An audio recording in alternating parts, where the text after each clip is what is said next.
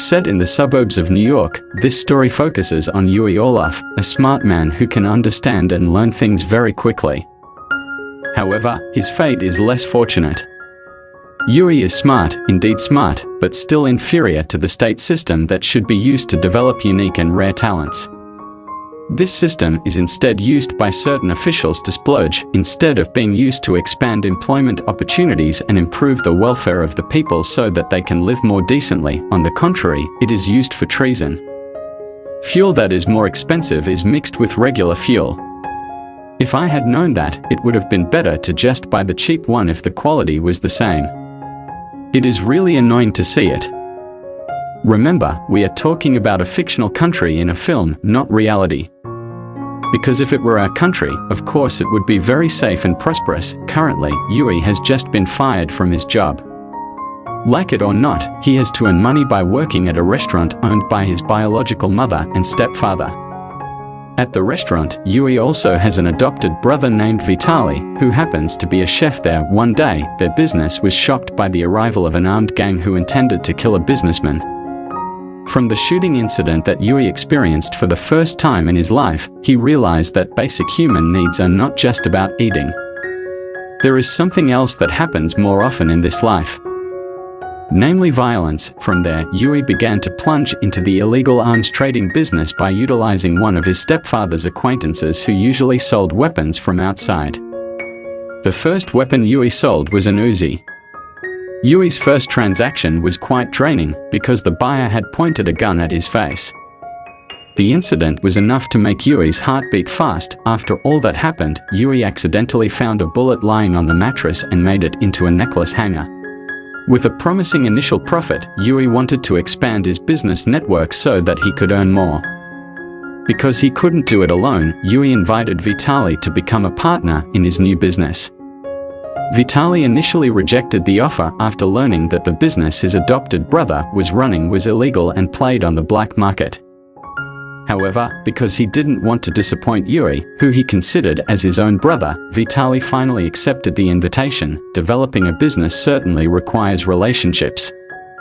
Yuri then attended a fighter jet exhibition, which was certainly attended by people from the military, including leading firearms dealers.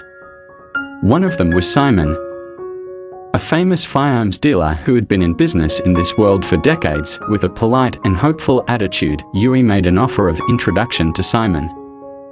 However, Simon said curtly that this kind of business was not for amateurs who were just starting out. Since his meeting with Simon that day, Yuri has become even more enthusiastic about looking for opportunities to get deeper into the world of the weapons business. After months of conducting surveys and meeting many people, Yuri finally had a strong enough connection, namely a United States military general who was in need of capital for his personal war expenses. With extraordinary speaking skills and expertise in convincing people, Yuri managed to get customers who wanted used firearms at low prices but with good quality. With a myriad of used weapons that were no longer used, Yuri managed to make a profit, although he only got a small portion because he had to pay it to the general. Since his introduction to the general, Yuri's business has grown rapidly. He started looking for customers from all over the world, until he was finally able to make a lot of money. In fact, Yuri has his own secret base to store various equipment such as passports, visas, and so on, as well as several collections of weapons in his secret container base. One day, when Yuri was delivering weapons using a container ship, he suddenly received a call from his henchman regarding an Interpol agent who had smelled Yuri's suspicious movements. In the midst of the panic, Yuri was still able to think clearly by asking, "What is the name of the container ship that is still registered in the data?" The henchman said, "Kono, Kono." Without wasting time, Yuri immediately ordered his crew to change the name of the ship to the name that had been mentioned earlier. This is Jack Valentine, an Interpol agent who is known to be honest and anti-bribery. That is why Yuri was so troubled by the arrival of this one officer. After making sure the name Kono matched the database in the office, Jack immediately stopped his raid activities and had time to open a container full of potatoes. In fact, the contents were the firearms they were looking for. Moving on to another day, when Yuri got a customer who was a mafia boss who was in need of a gun with special specifications. Since the boss didn't have cash, he paid with 6 kilograms of drugs, which Yuri initially refused, leading to a slight misunderstanding. However, Yuri and Vitaly finally managed to return home safely upon arriving at the local hotel. When Yuri was preparing the media to hide the drugs, he realized that 1 kilogram was missing. It was certain that the goods were taken by Vitaly. For 12 days, Yuri searched for his younger brother, who left without saying goodbye, and finally he was found in one of the women's dormitory rooms, enjoying his drugs alone, and only leaving 150 grams of the 1 kilogram of goods he brought. Because Vitaly was already seriously addicted, Yuri immediately took him home to his hometown to be put in rehabilitation. Where when Yuri was on his way home from the hospital, he accidentally saw a photo of a famous model's face that he had long dreamed of. With the large amount of money that Yuri now had, it was not difficult for him to book a hotel just for himself so he could approach the model that he had deliberately called. Not only that, Yuri even rented a chartered jet complete with her last name, Olaf, so that the model, named Eva, fell even more in love until they both officially got married. 2 years passed, Yuri and Eva were blessed with a son who could only walk now. Yuri himself was very happy to see the news about the Soviet Union ending the Cold War in 1989. Why was Yuri so happy? Well, how could he not be? When the Soviet Union's military stopped fighting, there would be a lot of unused firearms. This became a gap of opportunity for Yuri to make money. Without wasting time, Yuri immediately flew to the Soviet Union and met a major general named Dmitry. With a little lobbying and the lure of abundant profits, Yuri managed to get General Dmitry interested. This is a giant warehouse containing firearms called Kalashnikov, or better known as AK-47, with a total of around 4,000 units. Not only that, General Dmitry also showed hundreds of military tanks lined up complete with military fighter planes that had never been used before. When Yuri was contacting buyers from various countries, someone unexpected appeared, namely Simon, the businessman who had once insulted and belittled Yuri at the exhibition.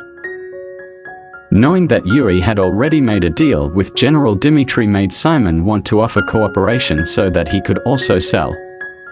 However, it seemed that Yuri was still upset about the incident at that time and flatly rejected Simon's offer. For those who don't know, the name AK-47 on the weapon that Yuri is holding is taken from the name of its creator, namely Avtomat Kalashnikova in 1947. This weapon is the most popular light rifle in the world. The design is elegant with layers of steel and wood that are not easily damaged, sturdy, and have high pressure. Yuri could already see how much money he would get from all of this. A few months after the sale of AK-47 went smoothly, Yuri began selling large items such as tanks, helicopters, and fighter planes.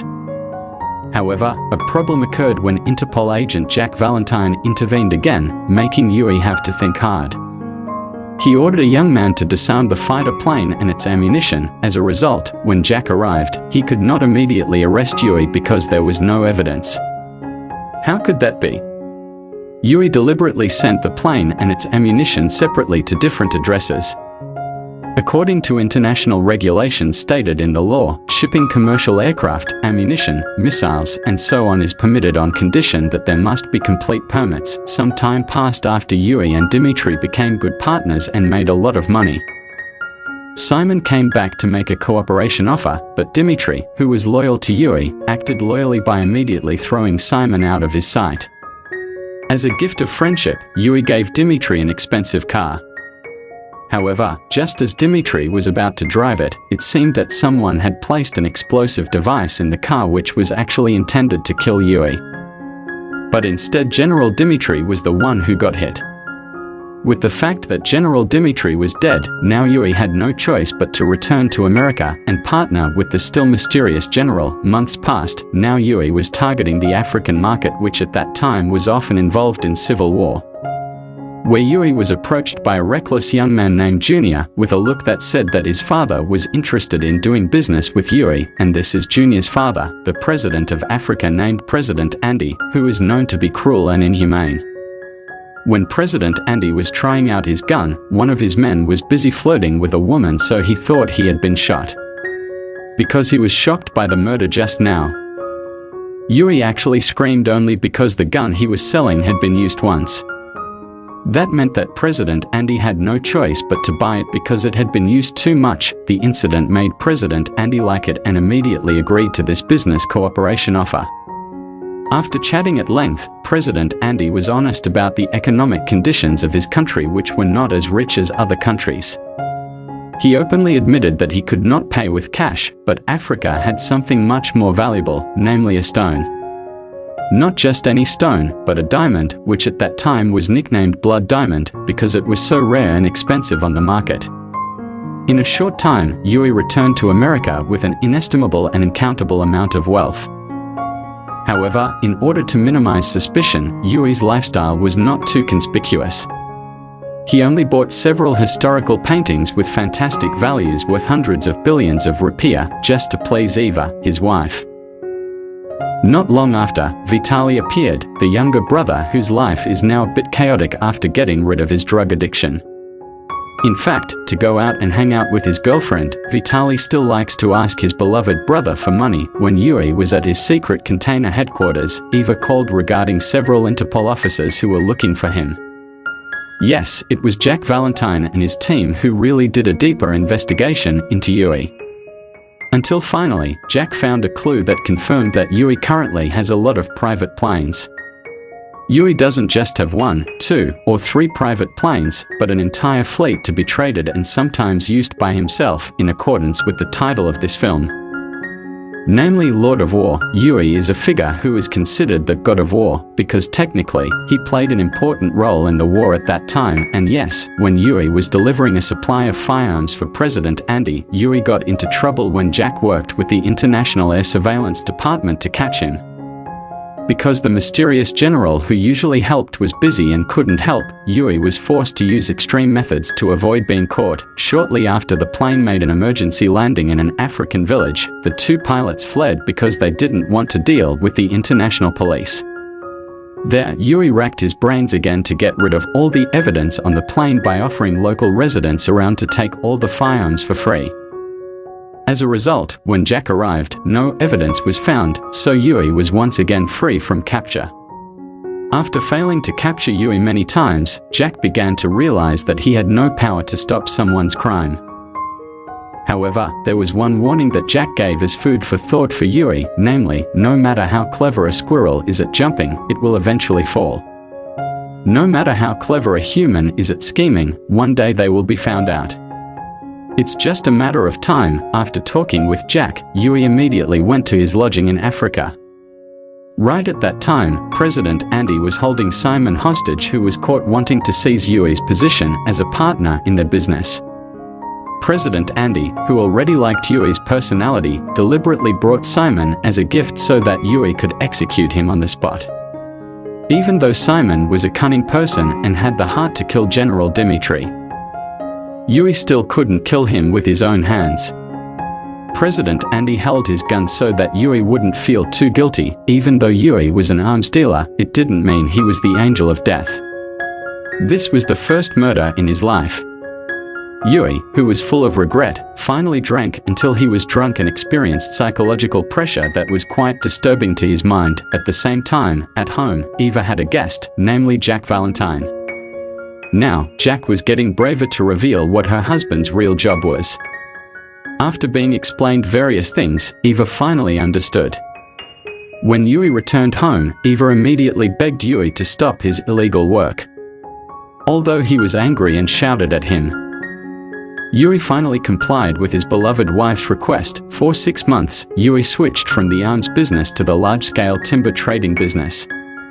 He did this to keep his promise to Eva, so Jack and his team stopped the investigation after not finding a single clue. When everything was running normally according to the rules, a big problem came that brought Yuri back to the black market.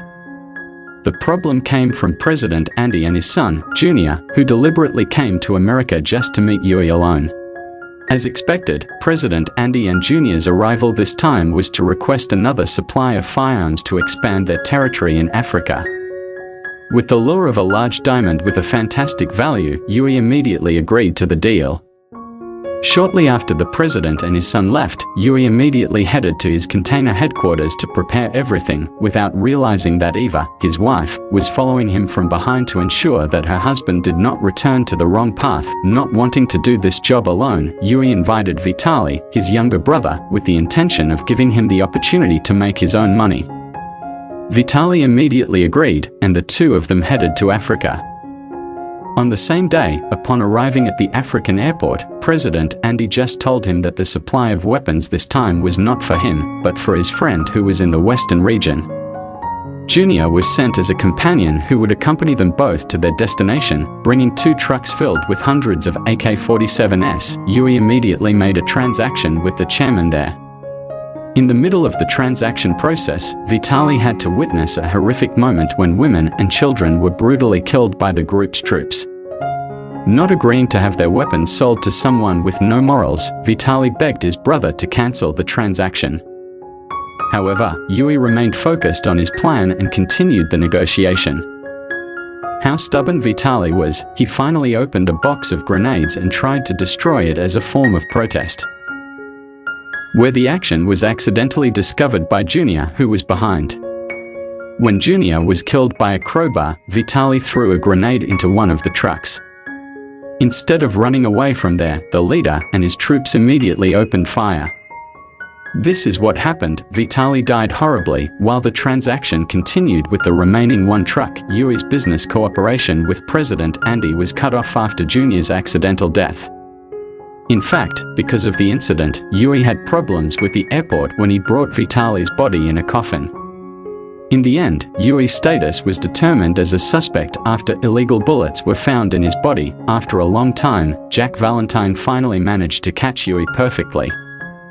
All the evidence was clear, and there was no more denial. However, Jack's happiness seemed to end briefly when he did not realize that there was a figure behind Yuri, a figure who became his protector with a much higher rank.